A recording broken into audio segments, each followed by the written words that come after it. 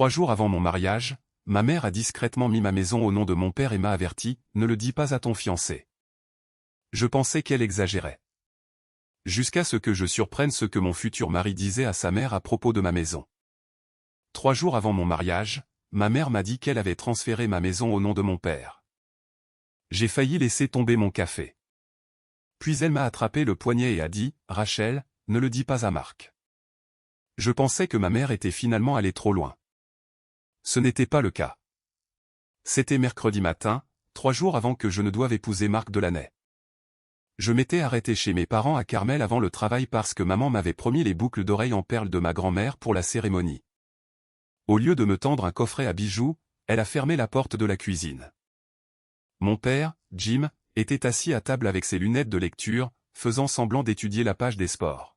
« Que se passe-t-il » ai-je demandé. Maman a glissé un dossier Manille vers moi. Au-dessus, il y avait des papiers pour la maison de Broadripple dans laquelle j'avais vécu pendant 11 ans. Ma maison, du moins c'est ainsi que je l'avais toujours appelée. La propriété venait de ma grand-mère et était toujours détenue par le Monroe Family Trust. J'étais la bénéficiaire.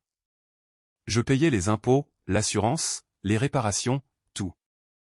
J'avais remplacé la chaudière, refait les planchers après mon divorce, et passé un misérable mois de juillet à repeindre les armoires de cuisine. Légalement, cependant, le titre de propriété n'avait jamais été simplement à mon nom. Maman avait travaillé avec des sociétés de titres et des documents immobiliers pendant plus de 30 ans. Elle comprenait ce dossier mieux que moi. « Que as-tu fait » ? J'ai déplacé le contrôle légal hors du trust et au nom de ton père pour le moment. Je l'ai regardé fixement. Tu as transféré ma maison sans me le demander. C'est temporaire. Ce n'était pas ma question. Je l'ai protégé. Ce ne sont pas les mêmes choses. Papa a baissé un peu le journal. Maman s'est assise en face de moi. Marc m'a demandé quelque chose la semaine dernière. Quoi ?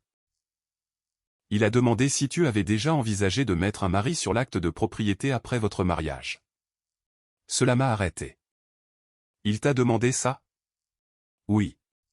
Puis il a demandé si l'hypothèque était remboursée, à combien se vendaient les maisons dans ton quartier et si le sous-sol pouvait être converti en espace de vie. J'ai eu un petit rire. Les gens parlent de maison, maman. Je sais. Il va m'épouser. Nous avons parlé d'argent. Je le sais aussi. Puis elle a dit, Donna m'a appelé il y a 2 jours. Donna était la mère de Marc, 73 ans, veuve, vivant dans un appartement en copropriété à Fisher. Elle a dit, une fois que toi et Marc serez mariés et que tout sera combiné, tu n'auras plus à porter cette grande maison toute seule. J'ai froncé les sourcils. Qu'est-ce que cela veut dire ? Lui ai-je demandé et elle a changé de sujet. Pendant quelques secondes, personne n'a parlé. J'ai regardé papa. Et tu as accepté ça ? Il a plié la page des sports. Ta mère a demandé à l'avocat de préparer les papiers. Ce n'est pas une réponse. Non, a-t-il dit.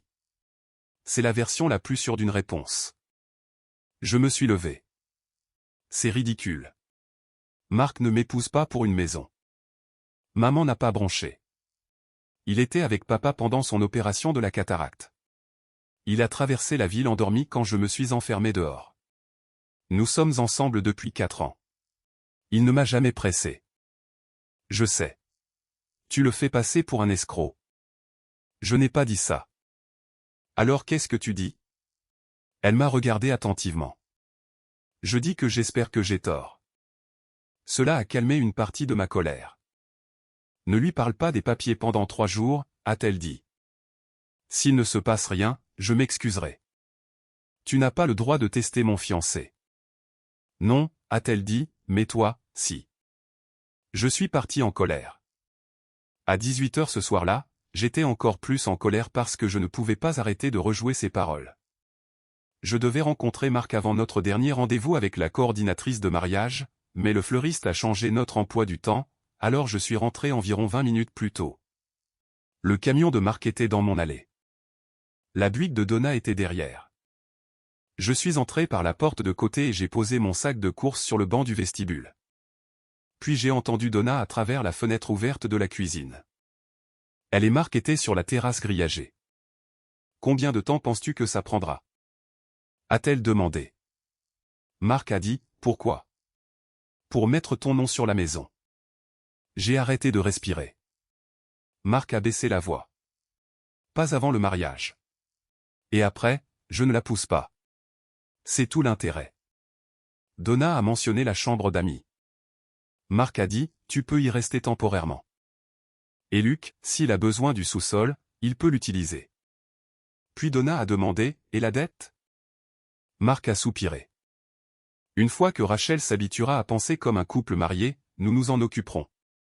Avec la maison, il doit y avoir 200 000 de valeur nette là-dedans. Mon estomac s'est noué. Puis Marc a dit, presque nonchalamment, Rachel est indépendante parce qu'elle a dû l'être. Une fois que nous serons mariés, elle se détendra. J'ai reculé vers la porte avant qu'il ne puisse m'entendre. 10 minutes plus tard, j'étais assise sur le parking de Crozet à 2 pâtés de maison, les 2 mains agrippées au volant. Mon téléphone a sonné. Marc. J'ai regardé son nom avant de répondre. Salut bébé, a-t-il dit. Où es-tu? Pendant 4 ans, je ne lui avais jamais délibérément menti. J'ai baissé les yeux sur ma bague de fiançailles. Toujours au travail. Ne reste pas tard, a-t-il dit. Encore 3 jours et tu es coincé avec moi. J'ai regardé à travers le pare-brise. Pour la première fois, sa blague ne semblait pas drôle. Jeudi matin, 2 jours avant le mariage, je me suis réveillé à 4h18 et ne me suis jamais vraiment rendormi. Marc était à côté de moi, respirant régulièrement, une main glissée sous son oreiller. Je suis resté là, à regarder le ventilateur de plafond. Chaque fois que je fermais les yeux, j'entendais à nouveau sa voix. Il doit y avoir 200 000 de valeur nette là-dedans. Puis l'autre phrase, une fois que nous serons mariés, elle se détendra. À 5h30, Marc s'est tourné vers moi. Tu es réveillé? À peine. Il a embrassé mon épaule. Plus que 2 jours. Je me suis forcé à sourire. Ce qui était étrange, c'est qu'une partie de moi voulait toujours qu'il s'explique, pas qu'il se fasse prendre. Qu'il s'explique. Je voulais une réponse ennuyeuse et raisonnable qui ferait passer ma mère pour une paranoïaque et me ferait me sentir stupide d'être assise sur un parking de Crozet en tremblant la veille au soir. Cela semble stupide maintenant. Ça ne semblait pas stupide à l'époque. Quand on aime quelqu'un depuis 4 ans, son esprit ne change pas de camp en une soirée. Ce soir-là, Marc a ramené de la nourriture de Panera parce qu'aucun de nous n'avait l'énergie de cuisiner. Nous avons mangé à l'îlot de cuisine entre des piles de cadeaux pour les invités et une boîte de bougies votives. J'ai décidé de lui donner une ouverture. Que penses-tu qu'il arrivera avec la maison après notre mariage? Il a levé les yeux de sa soupe. Que veux-tu dire? Juste financièrement. Est-ce que quelque chose change? Il n'a pas hésité. Rien. J'ai observé son visage. Rien. C'est ta maison, Rachel. Il a déchiré un morceau de pain. Je ne te demanderai jamais de mettre mon nom sur quelque chose que tu avais avant moi. Ma poitrine s'est réellement desserrée. Pendant quelques secondes, je me suis senti embarrassé. Peut-être avais-je mal compris la conversation. Peut-être que Donna avait poussé des idées que Marc ne voulait même pas. Puis il a souri. Nous nous marions. Nous ne fusionnons pas des entreprises. J'ai ri. Un vrai rire. Et cela m'a dérangé plus que tout parce que j'ai réalisé à quel point je voulais le croire.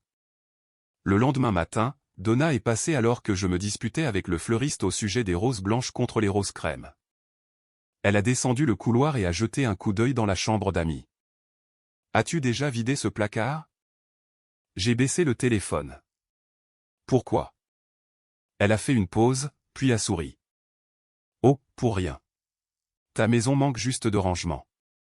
Elle a ri et est retournée vers la cuisine. Avant mercredi, j'aurais probablement oublié ce commentaire avant le déjeuner. Maintenant, non. Marc est parti travailler vers 10h. Il avait transporté un dossier en cuir marron avec lui toute la semaine parce qu'il finalisait un compte de vente avant la lune de miel. Ce dossier était posé sur le comptoir de la cuisine. Je ne l'ai pas ouvert. Je veux être clair à ce sujet. Je n'étais pas prête à devenir le genre de personne qui fouille dans la mallette de quelqu'un pendant qu'il est au travail. Mais quand j'ai déplacé une pile d'invitations, le dossier a glissé et est tombé par terre. Une page a glissé à moitié. L'entête était face à moi. Fiche de préqualification pour prêt sur valeur domiciliaire. Mon adresse était en dessous. Je me suis assise.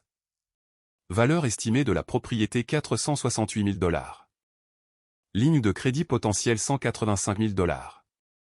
Objet, consolidation de dette, amélioration de l'habitat. Le nom de marque était là.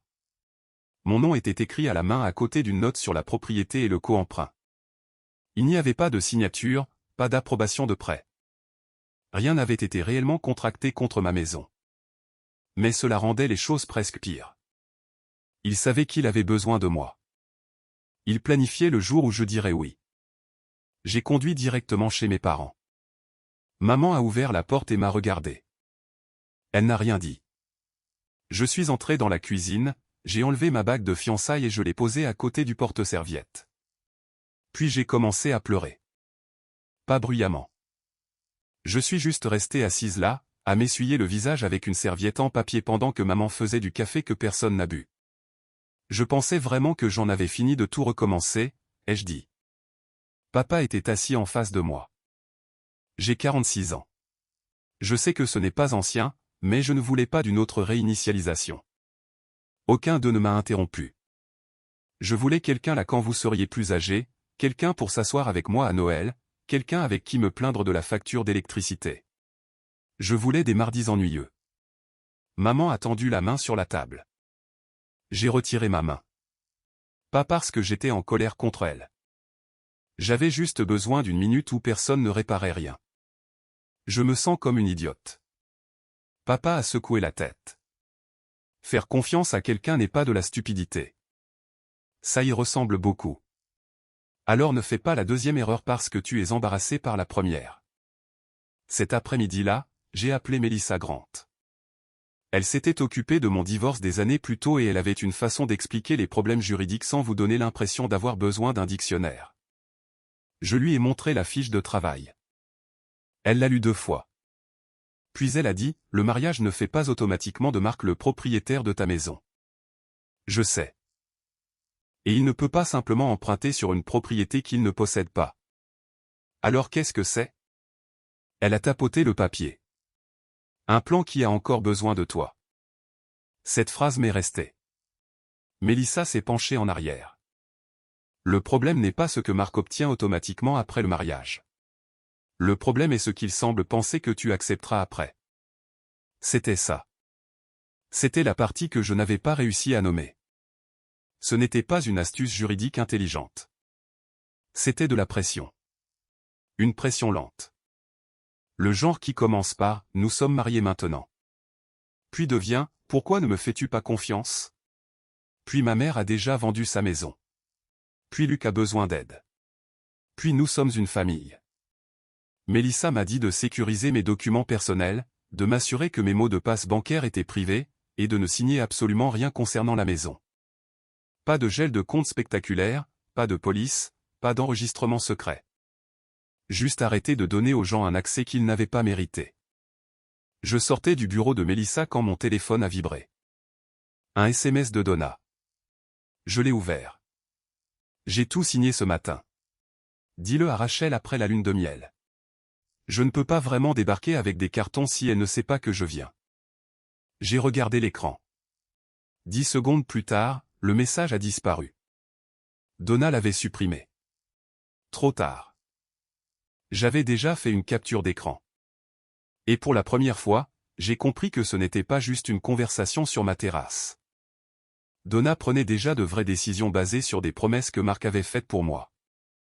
Jeudi soir, environ 48 heures avant que je ne doive me marier, j'étais assise dans ma voiture devant un CVS à Carmel et je regardais le SMS supprimé de Donna. Je l'avais lu au moins 20 fois. J'ai tout signé ce matin. Dis-le à Rachel après la lune de miel. Je ne peux pas vraiment débarquer avec des cartons si elle ne sait pas que je viens. La phrase qui me dérangeait le plus n'était pas la partie sur les cartons. C'était « et dis-le à Rachel après la lune de miel ». Cela signifiait qu'il y avait déjà un plan. J'ai ouvert Zillow sur mon téléphone et j'ai cherché l'appartement de Donna à Fisher. Il était là, en attente de vente. J'ai eu froid partout. Donna n'avait pas seulement parlé de déménager. Elle prenait des décisions, et elle les prenait parce que Marc lui avait apparemment promis quelque chose impliquant ma maison. Puis je me suis souvenu de ce que j'avais entendu sur la terrasse. Luc peut utiliser le sous-sol s'il en a besoin. Luc, le fils de Marc. Celle-là faisait mal différemment. Je connaissais Luc depuis 4 ans. Je l'avais aidé à mettre à jour son CV quand il a postulé pour son apprentissage syndical. J'avais envoyé des cadeaux d'anniversaire à sa fille. Nous n'étions pas particulièrement proches, mais je l'aimais bien. Maintenant, je me demandais s'il avait aussi attendu une chambre dans ma maison. Je l'ai appelé. Il a répondu à la 3e sonnerie. Et, Rachel. Tout va bien? Je peux te poser une question bizarre? Avec cette famille? Probablement. Normalement, j'aurais ri. Est-ce que ton père t'a dit que tu pouvais emménager dans mon sous-sol? Silence. Puis Luc a ri. Pas nerveusement. Il a vraiment ri. Quoi? Je suis sérieuse. Rachel, j'ai acheté une maison de ville. Je sais. À Greenwood. Je le sais aussi. J'ai signé il y a 2 mois. Puis il a ajouté, papa m'a aidé à monter le canapé à l'étage. J'ai fermé les yeux. Bien sûr qu'il l'avait fait. Donc, non, a dit Luc, je n'emménage pas dans ton sous-sol. Pourquoi demanderais-tu ça? Je devais décider de ce que j'allais lui dire. Parce que j'ai entendu ton père dire à Donna que tu pouvais. Luc a arrêté de rire. Quand? Hier. Il y a eu une longue pause. Puis il a dit doucement, ça n'a aucun sens. Non, en effet. Je lui ai parlé de la fiche de travail. Pas tous les détails, juste assez. Prêt sur valeur domiciliaire, mon adresse, environ 185 000 $, consolidation de dette. Luc est redevenu silencieux. Puis il a dit quelque chose pour lequel je n'étais pas prête. Il m'a dit que tu avais proposé d'aider. Ma main s'est crispée sur le téléphone. Aider pourquoi? Sa dette.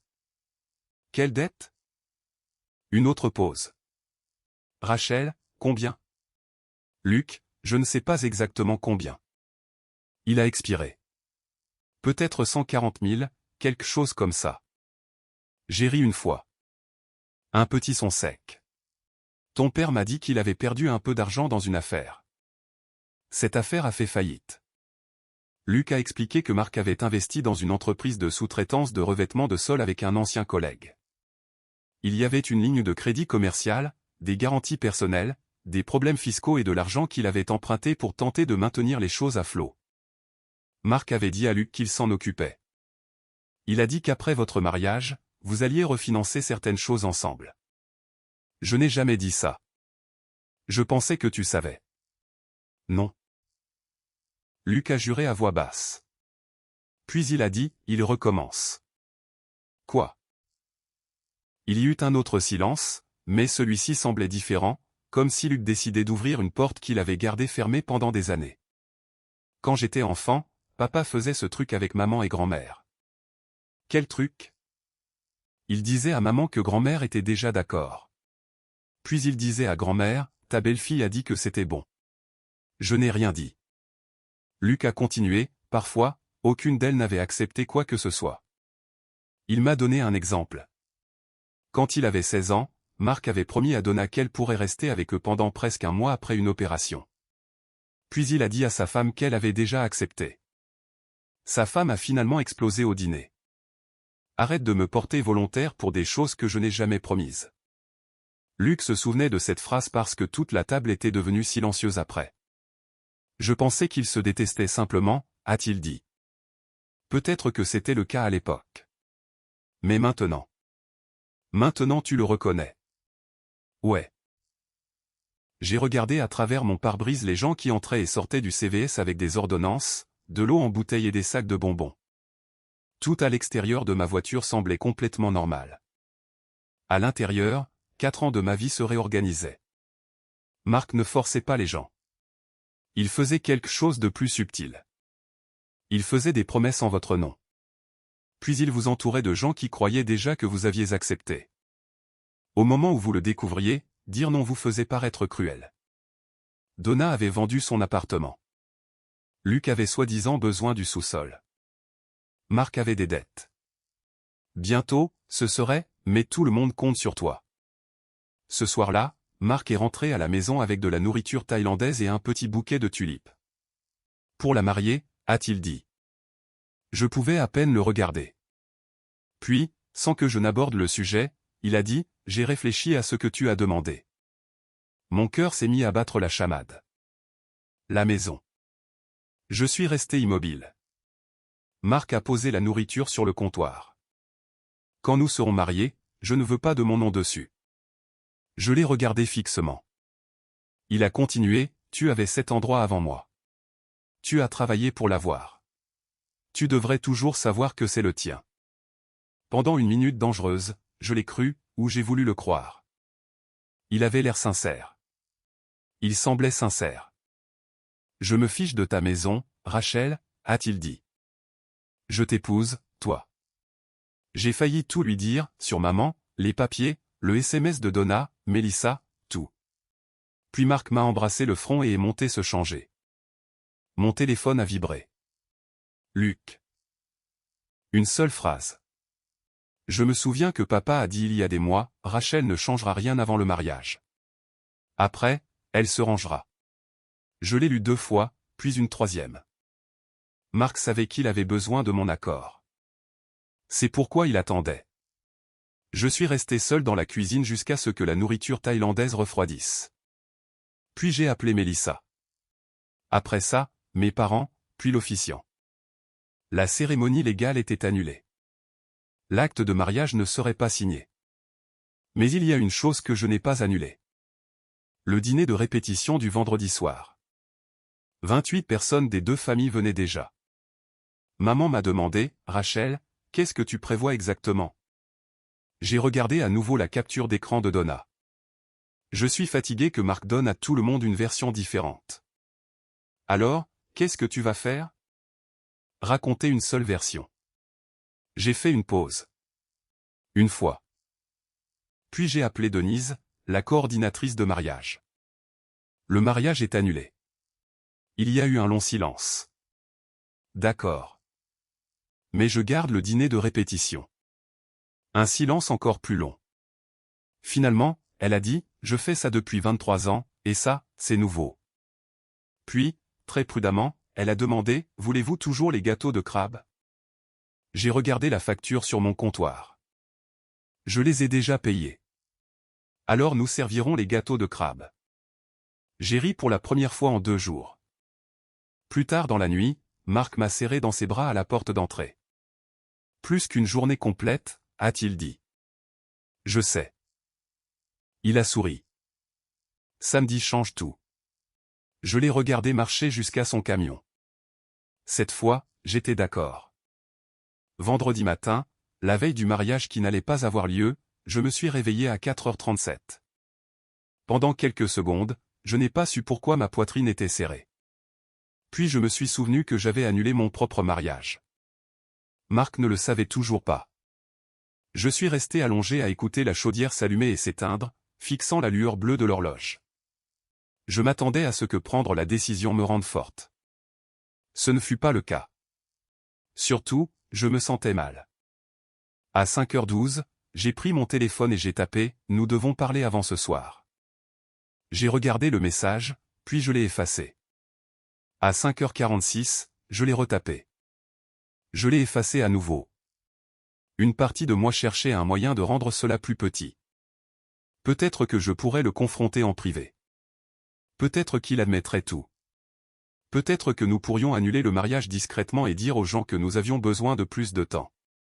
Puis je me suis souvenu de l'appartement de Donna, de la fiche de travail, de l'histoire de Luc, et de la façon dont Marc m'avait regardé droit dans les yeux la veille au soir et avait dit qu'il ne voulait pas de son nom sur ma maison.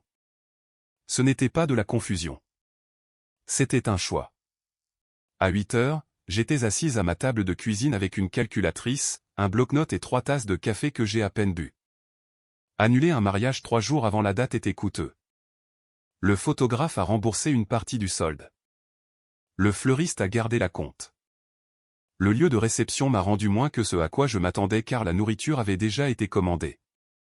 La lune de miel était pire. Entre les frais de compagnie aérienne, l'acompte de l'hôtel et tout le reste, j'envisageais une perte totale d'un peu plus de 7 500 $. J'ai fixé ce chiffre pendant longtemps.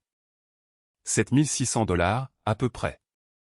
Je pourrais remplacer un chauffe-eau pour ça, prendre de bonnes vacances, faire une sérieuse entaille dans mon compte de retraite. Au lieu de cela, j'avais acheté des chaises sur lesquelles les gens ne s'assieraient pas et des fleurs dont personne n'avait besoin. J'ai ouvert l'email de confirmation de la lune de miel, 2 sièges pour Aruba. Pendant des mois, j'avais imaginé Marc assis à côté de moi dans cet avion, se plaignant du café de l'aéroport. C'est là que j'ai finalement pleuré. Pas à cause de l'argent, mais parce que j'avais aimé ce futur.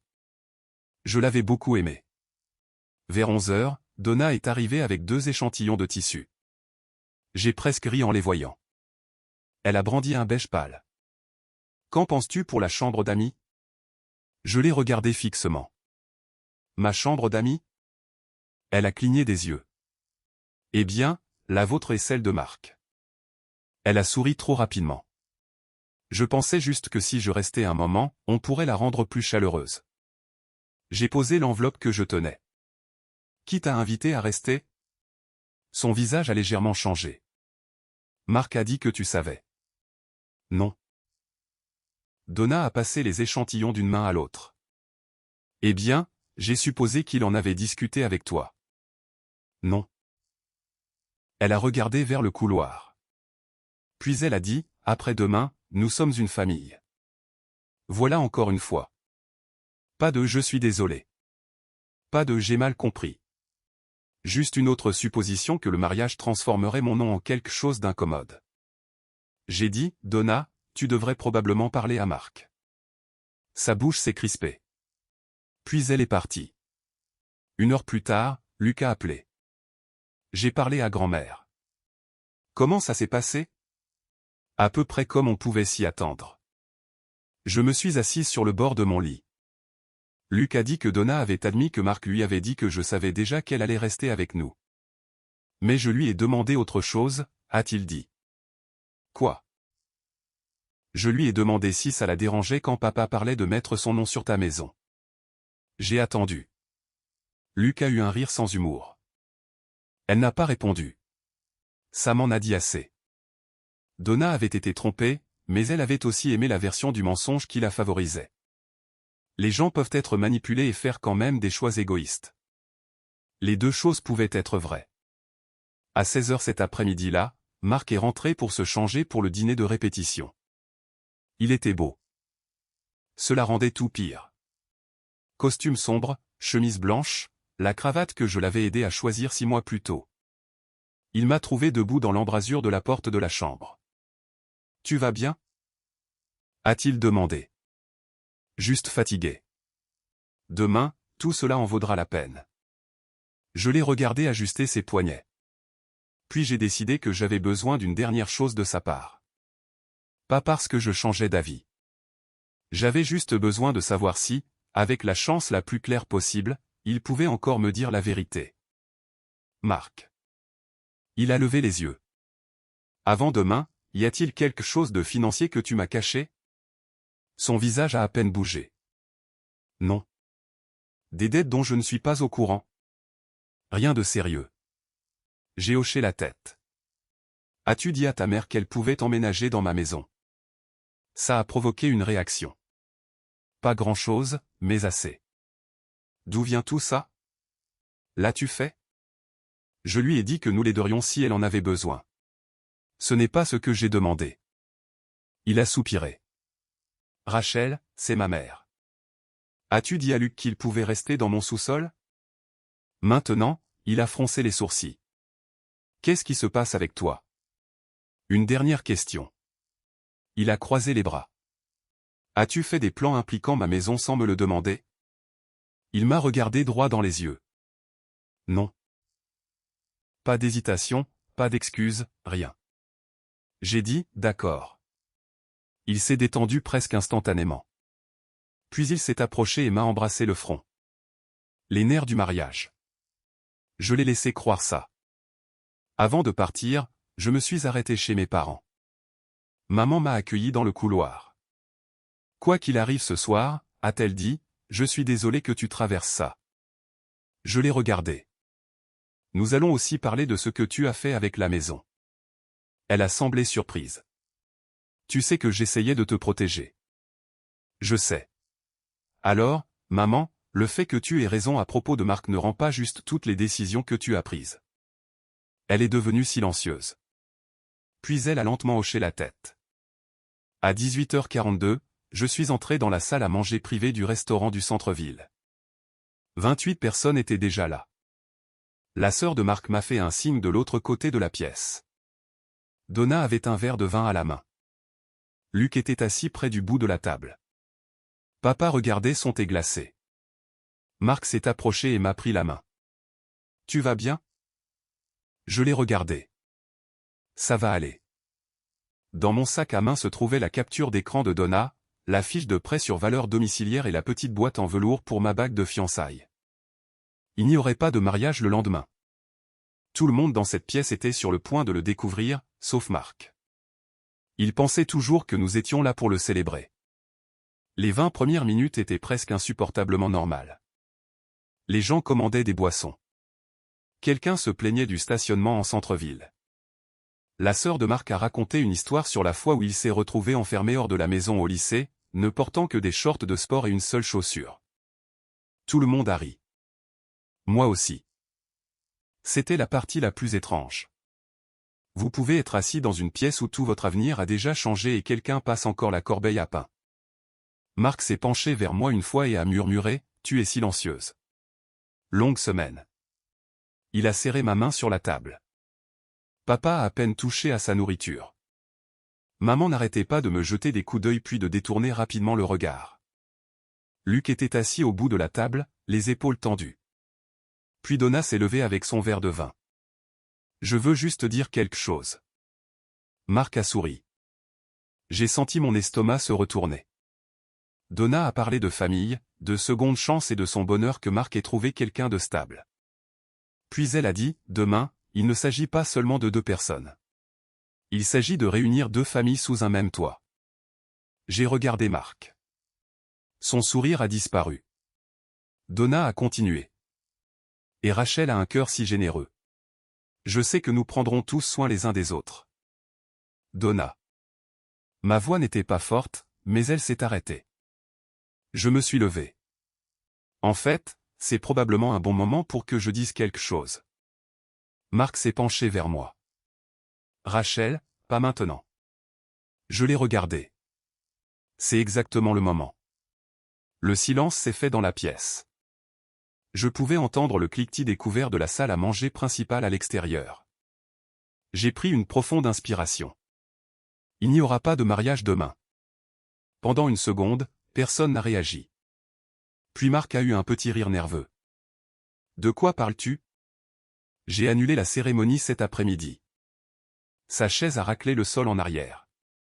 Tu as fait quoi ? Quelques personnes se sont regardées. Donna s'est assise lentement. Marc a dit, Rachel, si quelque chose te contrarie, nous pouvons parler en privé. J'ai essayé. Il m'a regardé fixement.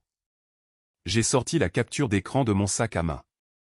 Donna, tu m'as envoyé un message hier qui était destiné à Marc. Son visage est devenu pâle. Je l'ai lu. Pas comme si je donnais une performance, juste assez lentement pour que tout le monde l'entende. J'ai tout signé ce matin. Dis-le à Rachel après la lune de miel. Je ne peux pas vraiment débarquer avec des cartons si elle ne sait pas que je viens. Donna a immédiatement dit, Marc m'a dit que tu étais d'accord. Marc a sèchement dit, maman, arrête. Je l'ai regardé. T'ai-je jamais dit que tu pouvais emménager dans ma maison? Elle a ouvert la bouche. Non, mais... Merci. Puis j'ai posé la fiche de prêt sur valeur domiciliaire sur la table. Le visage de Marc a changé. C'était dans ton dossier. Il a tendu la main pour le prendre. Je l'ai ramené vers moi. Tu te renseignais sur une ligne de crédit sur valeur domiciliaire contre mon adresse.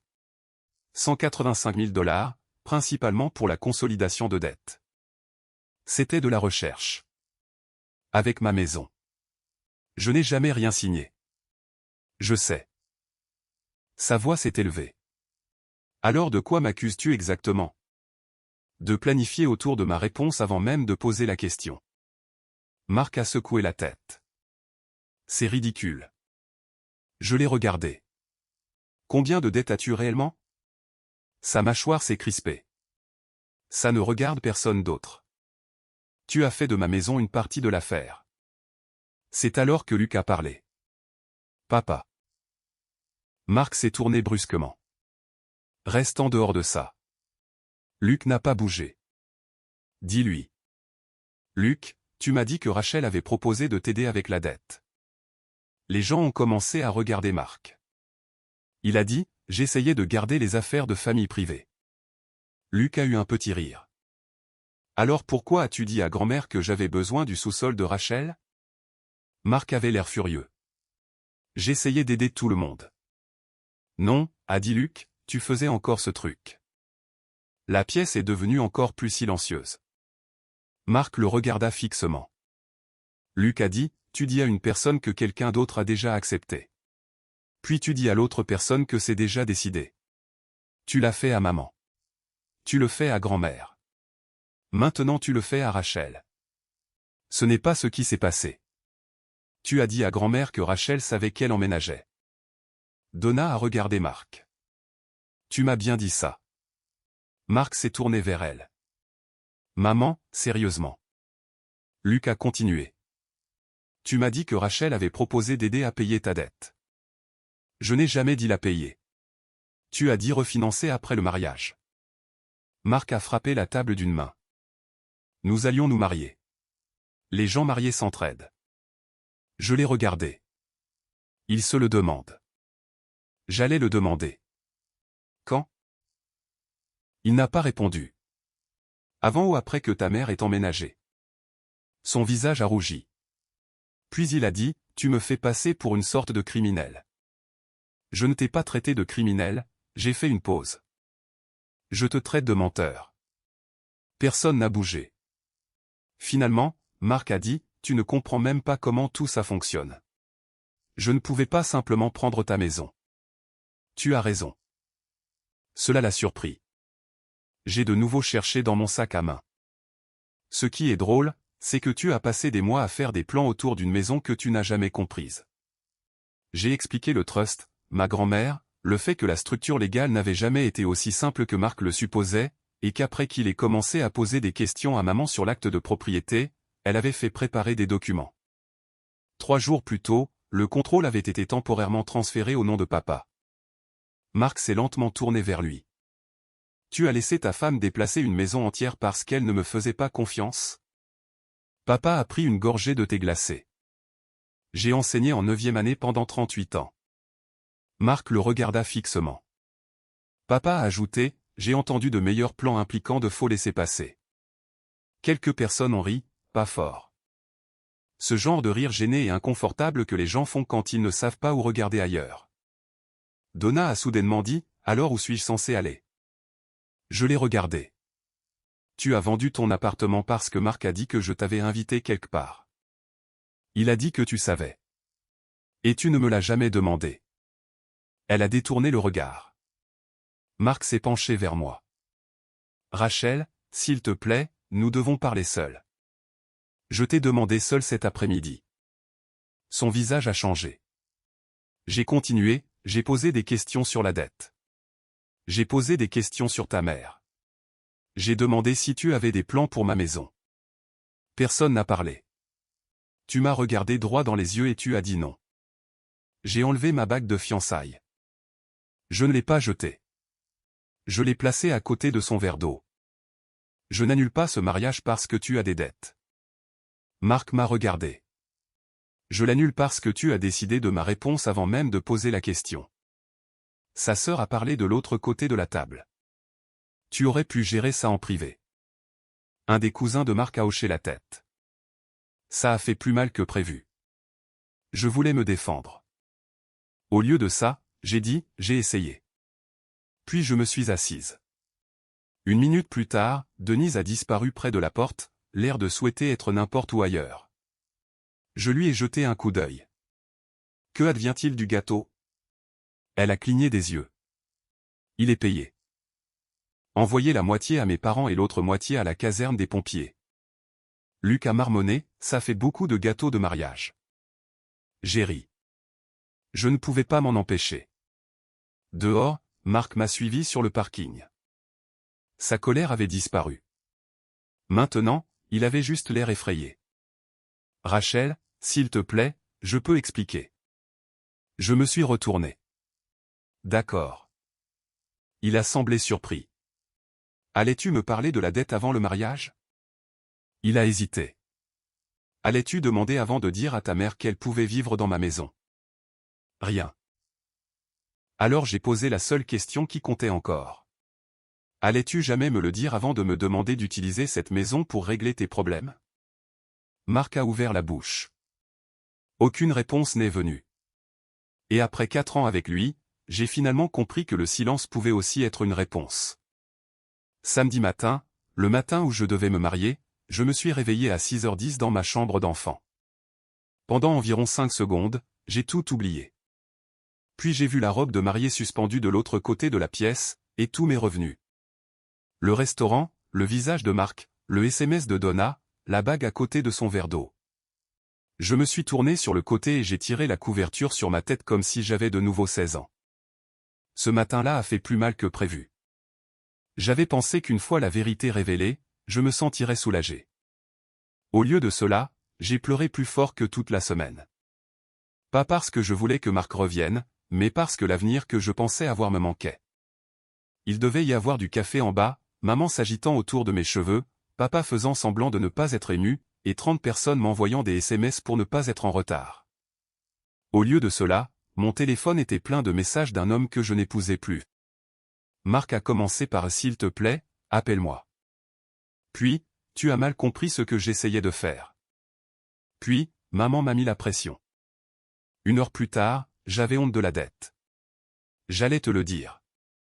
À midi, l'histoire avait encore changé. Je pensais que les gens mariés étaient censés tout partager. C'est à celui-là que j'ai répondu. Le partage commence par la demande. Puis je l'ai bloqué. Les fleurs sont arrivées cet après-midi-là. Des roses blanches, les mêmes que nous avions commandées pour le mariage. Maman a regardé la carte et a demandé, « Tu veux que je les jette ?» J'ai secoué la tête. Non, donne-les aux voisins. Madame Delgato de l'autre côté de la rue venait de rentrer de son opération du genou. Elle a reçu 24 roses très chères et n'a jamais demandé pourquoi. La partie financière est venue ensuite. J'ai passé le dimanche matin à la table de la cuisine de mes parents à tout additionner, le lieu de réception, le photographe, le fleuriste, les pénalités de billets d'avion, l'acompte de l'hôtel à Aruba, un peu plus de 7600 $ de perdus. Mélissa a appelé cet après-midi pour prendre de mes nouvelles. J'ai gaspillé 7600 $, ai-je dit. Non, a-t-elle dit. Tu as perdu 7600 $. Quelle est la différence? Tu ne l'as pas gaspillé. Tu as pris une décision avant que la perte ne devienne beaucoup plus grande. Je savais ce qu'elle voulait dire. Ça faisait quand même mal. La vraie vie ne vous rembourse pas parce que vous avez finalement fait le bon choix. Et tout le monde ne pensait pas que je l'avais fait. Une amie commune nommée Suzanne m'a envoyé un SMS lundi. Je comprends pourquoi tu étais contrarié, mais faire ça devant toute sa famille était cruel. Tu aurais dû parler à Marc en privé. J'ai fixé le message pendant 10 minutes. Puis j'ai commencé à taper. J'ai expliqué la conversation sur la terrasse. J'ai joint la capture d'écran de Donna. J'ai ajouté la fiche de prêt sur valeur domiciliaire. Puis j'ai tout effacé. La sœur de Marc a envoyé quelque chose de similaire plus tard dans la journée. Elle a appelé cela un malentendu financier. Pour la première fois de ma vie, j'ai décidé que je n'avais pas besoin que tout le monde soit d'accord avec moi. C'était plus difficile que de bloquer Marc. Luc m'a appelé mercredi soir. Tu vas bien? Ça dépend de l'heure à laquelle tu demandes. Il a ri doucement. Ouais, pareil ici. La situation de l'appartement de Donna était devenue compliquée. Elle avait apparemment réussi à retarder les choses et à organiser un logement temporaire. Mais Luc a été très clair sur un point. Elle n'emménage pas avec moi. J'ai souri. Bien.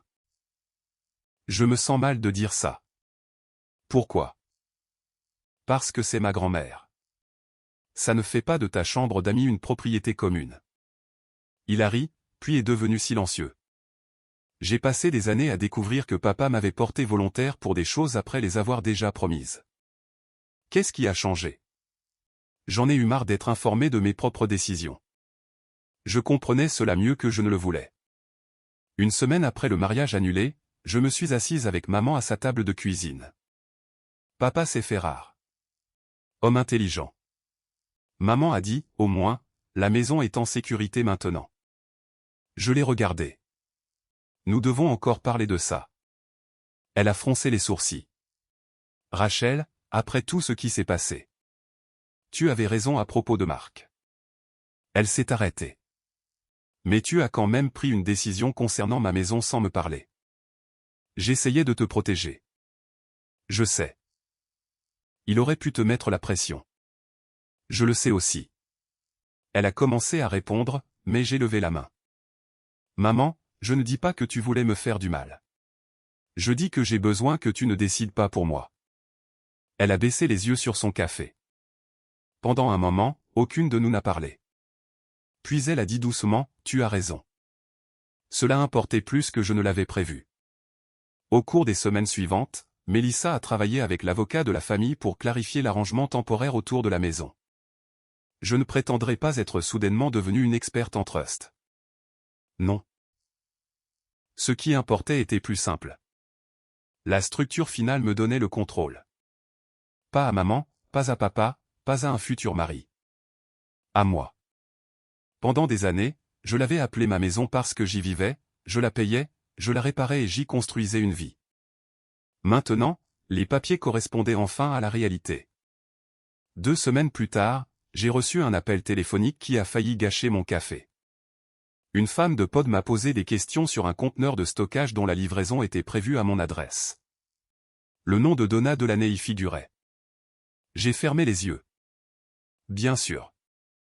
Madame, a dit la femme, êtes-vous en mesure d'accepter la livraison?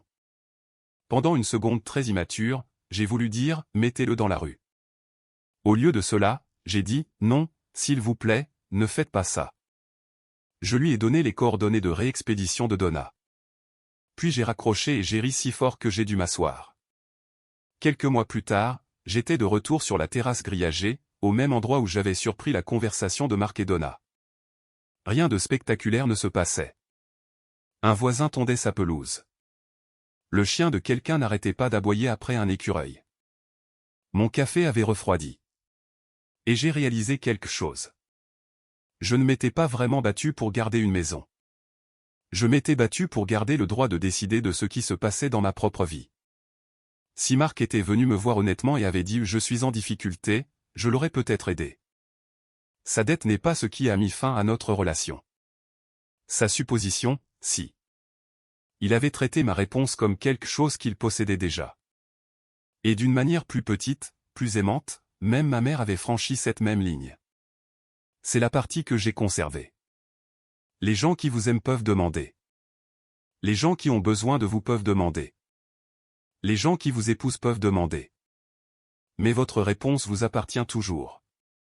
Si vous avez déjà eu à fixer une limite avec quelqu'un que vous aimiez, vous savez probablement à quel point cela peut être douloureux.